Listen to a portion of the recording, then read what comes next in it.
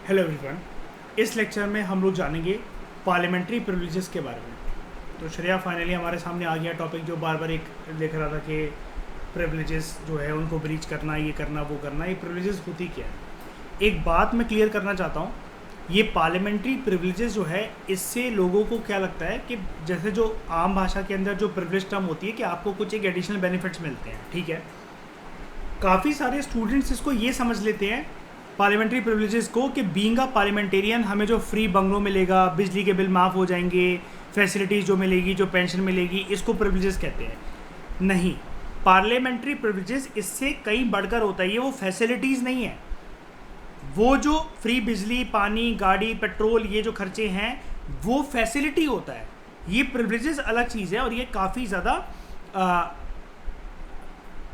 मतलब काफ़ी ज़्यादा इंपॉर्टेंट होती हैं ये, जो कि पार्लियामेंटेरियंस को दी जाती है कि हाँ भाई वो एक डिग्निफाइड पोजीशन पर बैठे हुए हैं तो उनको ये प्रिविलेजेस मिलनी चाहिए। सबसे पहले मीनिंग देखते हैं हम लोग। पार्लियामेंट के टर्म्स में बात हो रही है तो सबसे पहले ध्यान रखना, जो पार्लियामेंट्री प्रिविलेजेस होती हैं वो एक प्रकार से स्पेशल राइट्स होते हैं, कुछ स्पेशल इम्यूनिटीज़ होती हैं एंड कुछ एग्जेम्पशंस होते हैं जो कि दोनों हाउस ऑफ द पार्लियामेंट जो होते हैं उनके जो मेंबर्स होते हैं, उन हाउसेस की जो कमिटीज़ होती हैं वो एंजॉय करते हैं, ठीक है। तो की टर्म क्या है? Special rights, special immunities and special exemptions, ठीक है। देखते हैं अभी इन तीनों वर्ड्स का मतलब आगे चल के देखेंगे। ये नेसेसरी क्यों होती हैं पार्लियामेंट्री प्रिविलेजेस? ये नेसेसरी इसलिए होती हैं ताकि जो भी एमपीज़ हैं जब वो अपना रोल निभा रहे हैं एज अ एमपी तो वो इंडिपेंडेंट और इफेक्टिव रूप से काम कर सकें। अगर ये प्रिविलेजेस ना होना तो houses can neither maintain their authority, dignity and honour, ना ही वो अपने मेंबर्स को फिर प्रोटेक्ट कर सकते हैं from any obstruction in the discharge of their parliamentary responsibilities. यानी कि जब एक एमपी के दायित्व को निभा रहा है या निभा रही है तो उनकी वर्किंग में अगर उनको क्रिटिसाइज करा जाए तो ऐसे कोई भी एमपी स्वतंत्र रूप से 5 साल के लिए फिर कोई काम नहीं कर सकेगा। जो पार्लियामेंट्री कमिटीज़ हैं वो स्वतंत्र रूप से बिल को स्क्रूटनाइज नहीं कर सकेंगी। अल्टीमेटली पार्लियामेंट और पार्लियामेंट के दोनों हाउसेस मीनिंगलेस हो जाएंगे। तो जो कॉन्स्टिट्यूशन है, it has also extended the parliamentary privileges to those persons who are entitled to speak and take part in the proceedings of the house of the parliament. यानी कि देख रहे हो, ज़रूरी नहीं है कि आप नेसेसरी तौर पर आप एमपी हो तभी आपको ये पार्लियामेंट्री प्रिविलेजेस मिलेंगी। अगर आप ये पावर होल्ड करके रखते हो कि yes you have power to speak and take part in the proceedings of the house of the parliament या फिर उसकी कमेटी के अंदर, तब भी आपको पार्लियामेंट्री प्रिविलेजेस मिल जाएंगी। अब ऐसे कौन से पर्सन्स होते हैं? यूनियन मिनिस्टर्स, चलो ये तो एमपी भी होते हैं, लेकिन ज़रूरी नहीं है कि एमपी हो शुरू से। पहले पर्सन, क्या मैं ऐसा कह सकता हूँ कि मंत्री बन सकता है और बाद में वो अपनी एमपीशिप को प्रूव कर दे 6 महीने के अंदर अंदर? पहले मंत्री बन जाए बाद में एमपी बने, ऐसा हो सकता है क्या? बिल्कुल हो सकता है। और attorney general of India, attorney general के एमपी होता है क्या? नहीं। ये कौन होता है? सेंट्रल गवर्नमेंट का कौन, क्या कहते हैं हम लोग इसको? लॉयर। और अगर स्टेट गवर्नमेंट का होगा तो हम लोग क्या कहते हैं उसको?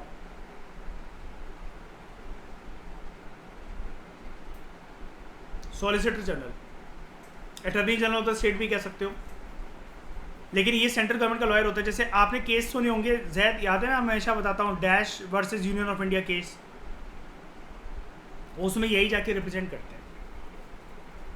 अब यहाँ पर देखना एक चीज़, it must be clarified here that parliamentary privileges जो हैं ये प्रेसिडेंट के लिए नहीं होती हैं, जो कि एक इंटीग्रल पार्ट है पार्लियामेंट का।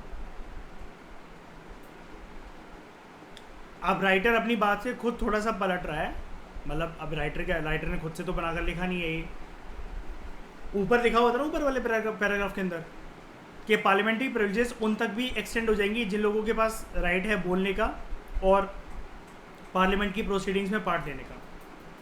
प्रेसिडेंट कभी कभार पार्लियामेंट्री हाउस को एड्रेस करता है कि नहीं करता है? उसकी प्रोसीडिंग्स में कभी बैठता है कि नहीं बैठता है? प्रोसीडिंग्स में तो नहीं बैठता है ना, लेकिन एड्रेस करता है हाउस को। मोशन ऑफ थैंक्स तो उसे ही दिया जाता है ना, जॉइंट सिटिंग बुलाता है, बिल्कुल। लेकिन फिर भी पार्लियामेंट्री प्रिविलेजेस ऐसा मत सोचना कि अगर हल्का फुल्का उसका रोल है, वो इंटीग्रल पार्ट है पार्लियामेंट का, तो पार्लियामेंट्री प्रिविलेजेस उसे मिल जाएंगी। नहीं, उसे जो प्रिविलेजेस जो भी मिलेंगी ना, इस पोस्ट के तहत मिलेंगी, ना कि पार्लियामेंट की तरफ से कुछ मिलेगा। ठीक है। अब क्लासिफिकेशन, जो पार्लियामेंट्री प्रिविलेजेस हैं आप उनको दो ब्रॉड कैटेगरीज में क्लासीफाई कर सकते हो। एक वो privileges that are enjoyed by each house of the parliament collectively, यानी कि लोकसभा की कुछ प्रिविलेजेस होती होंगी एंड कुछ राज्यसभा की होती होंगी, and those that are enjoyed by the members individually, यानी कि एक एक एमपी जो एंजॉय कर रहा है। राइट। सबसे पहले बात करते हैं कलेक्टिव प्रिविलेजेस की। कलेक्टिव प्रिविलेजेस को आप कब एंजॉय कर सकोगे? जब आप लोकसभा का पार्ट हो इन टोटलिटी एंड राज्यसभा का, या फिर राज्यसभा का पार्ट हो, पूरे हाउस को ये प्रिविलेज मिलेगी। The privileges belonging to each house of the parliament collectively are, number 1, ये पूरे हाउस की बात हो रही है, ना कि एक एक एमपी की। हाउस के पास राइट होता है कि वो पब्लिश कर सके अपनी रिपोर्ट्स को, डिबेट्स को, प्रोसीडिंग्स को, एंड ऑल्सो उनके पास ये राइट है to prohibit others from publishing the same, कि सिर्फ यही पब्लिश कर सके और कोई पब्लिश ना कर सके। जो ये 44th अमेंडमेंट एक्ट आया था 1978 में, कौन सी सरकार लेकर आई थी इसे? नहीं, जनता पार्टी। हाँ, उसके बाद इमरजेंसी के बाद जब इंदिरा गांधी जी हारी थी वो। ठीक है, ज़्यादा याद है ना ये? उन्होंने प्रेस की फ्रीडम को रिस्टोर करा था और प्रेस को एक अधिकार ये दिया गया था कि प्रेस जो है वो सच्ची रिपोर्ट्स अगर जो पार्लियामेंट्री प्रोसीडिंग से रिलेटेड है ना, वो पब्लिश कर सकती है press without prior permission of the house. यानी कि ऊपर वाली बात को एक चीज़ क्लैरिटी के साथ राइटर ये बोल रहा है कि ये जो बात लिखी हुई है ना कि हाउस जो है वो प्रोहिबिट कर सकता है दूसरों को फ्रॉम पब्लिशिंग द सेम, आप प्रेस को नहीं रोक सकते हो। अगर सच्ची बात, सच्ची घटना वहाँ पर हुई है ना हाउस के अंदर, प्रेस ट्रू रिपोर्ट को पब्लिश कर सकती है पार्लियामेंट्री प्रोसीडिंग्स को लेकर। लेकिन अगर हाउस की सीक्रेट सिटिंग हुई है और प्रेस या दुनिया की मतलब इंडिया की किसी भी अथॉरिटी को पता लग गया कि हाँ सीक्रेट सिटिंग के अंदर ये डिसीजन हुए, ऐसे ऐसे चीज़ें हुई है, आप उसको पब्लिश नहीं कर सकते। इसके लिए हाउस से आपको परमिशन लेनी पड़ेगी। अब एक बात बताओ, ये प्रिविलेज हुई कि नहीं हुई? प्रिविलेज ही तो है ना ये। उसके बाद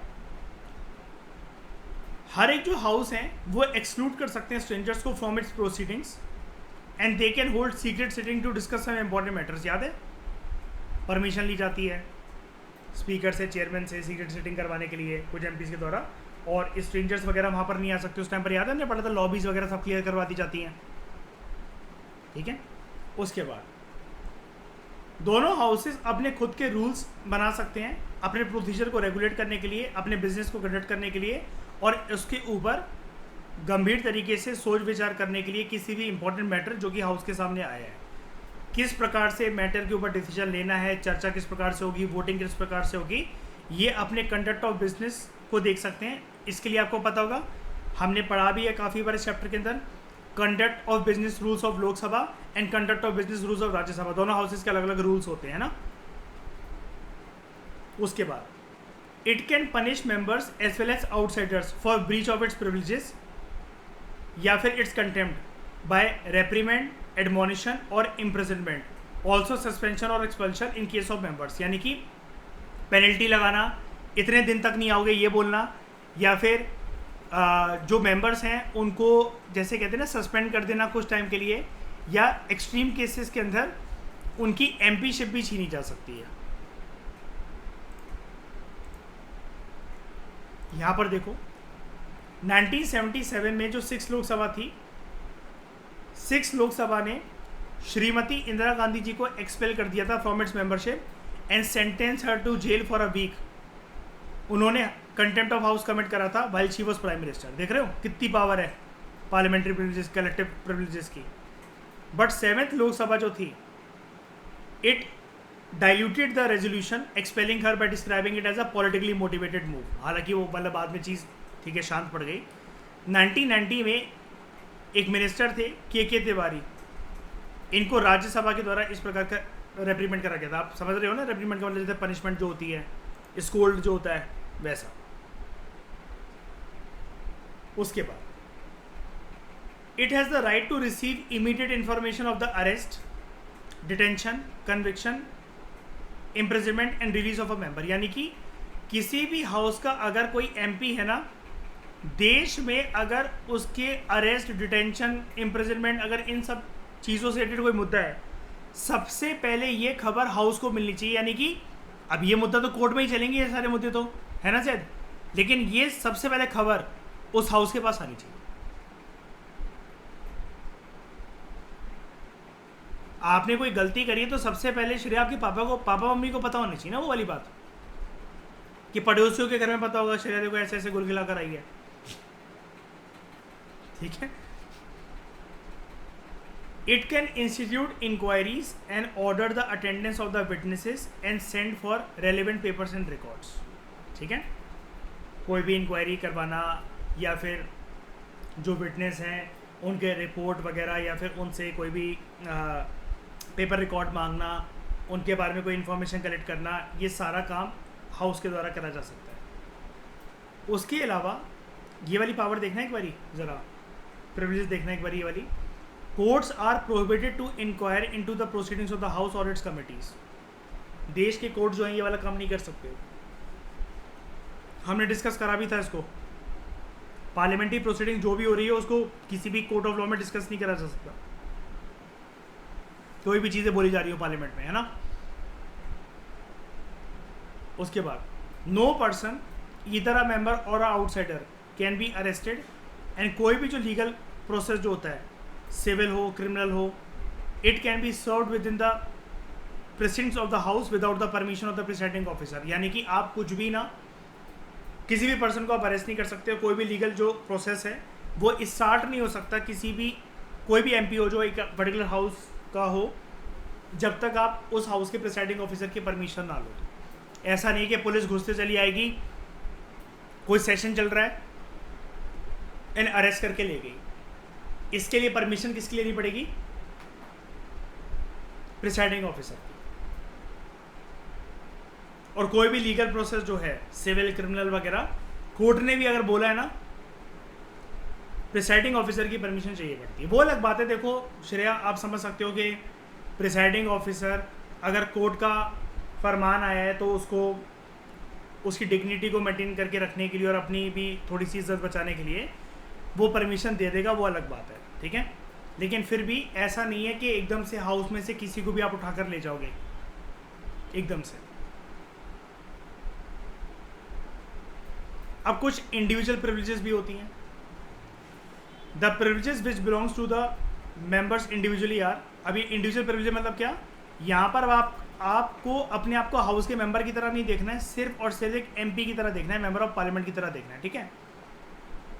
नंबर 1, कोई भी एमपी हो किसी भी हाउस का, चाहे लोकसभा का चाहे राज्यसभा का, शी और ही cannot be arrested during the session of the parliament. कितने सेशन चलते हैं पार्लियामेंट के? 3। जब वो सेशन स्टार्ट होने वाला होगा ना, उससे 40 दिन पहले तक आप उसको अरेस्ट नहीं कर सकते, और सेशन जब खत्म हो गया तो 40 दिन बाद तक अरेस्ट नहीं कर सकते। अब ऐसा क्यों?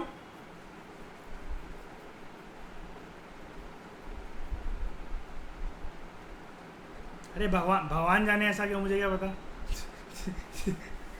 ठीक है। This privilege is available only in civil cases. लेकिन ऐसा नहीं है कि क्रिमिनल केस के अंदर या फिर प्रिवेंटिव डिटेंशन केसेस के अंदर आप उनको अरेस्ट नहीं कर सकते और ये 40 दिन का उनको समय मिल जाएगा। नहीं, सिविल केस जब कोई चल रहा तो ठीक है, लेकिन क्रिमिनल केस के अंदर तो करना ही पड़ेगा। अब ऐसा नहीं है कि श्रेया 10 मर्डर कर आ गया कोई पर्सन, अब वो कह रहा है पार्लियामेंट का सेशन शुरू होने वाला है, 40 दिन पहले नहीं देख सकते तो मुझे, और 40 दिन के बाद भी नहीं देख सकते, तो ये चीज़ नहीं होगी, ठीक है। उसके बाद दे have freedom of speech in parliament. कुछ भी बोलो, एंड कितनी हम्बल टोन में बात करते हैं पार्लियामेंटेरियन श्रेय, तो जानते ही हो गया आप, है ना, कितनी मधुर आवाज़ होती है ना। तो they have freedom of speech in the parliament.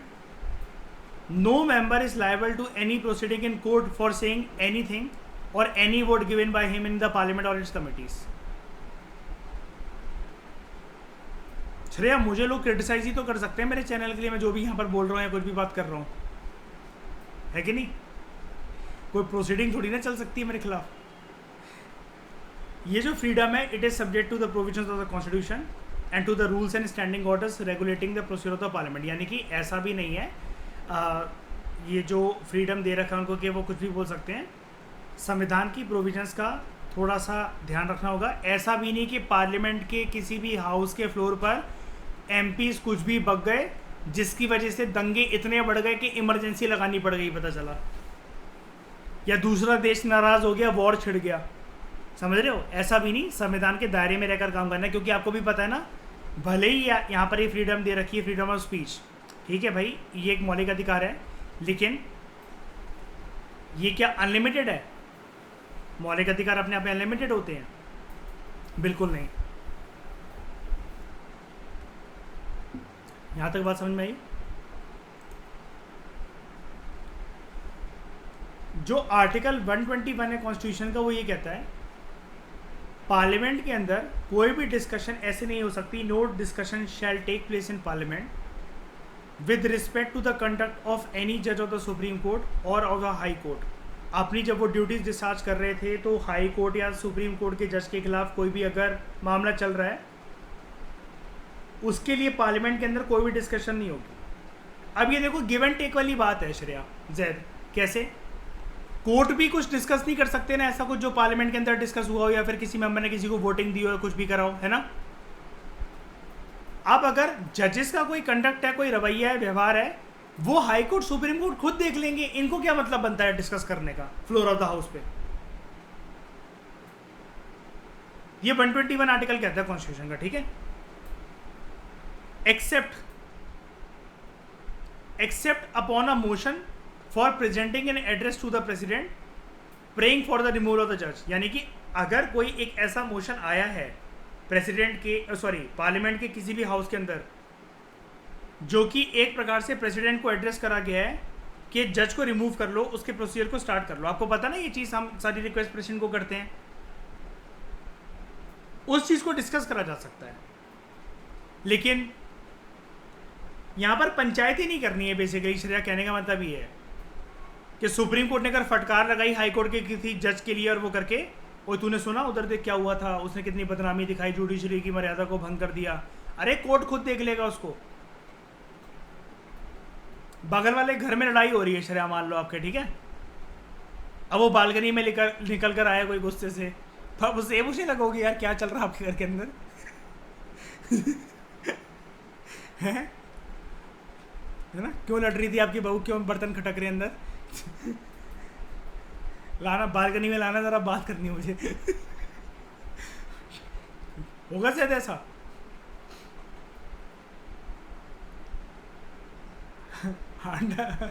Under rule 349 to 350 rule of the Lok Sabha, 2 rule है ये। यूज ऑफ अनपार्लियामेंट्री लैंग्वेज और unparliamentary conduct of a member is prohibited. यही है ना, अभी हम बात जो कर रहे थे फ्रीडम ऑफ स्पीच की। ऐसा भी नहीं है कि आप कुछ भी मतलब माँ बहन की गालियां देने लग जाओ वहां पर, क्योंकि लाइव टेलीकास्ट चल रहा होता है, जैन बीप भी नहीं करा जा सकता।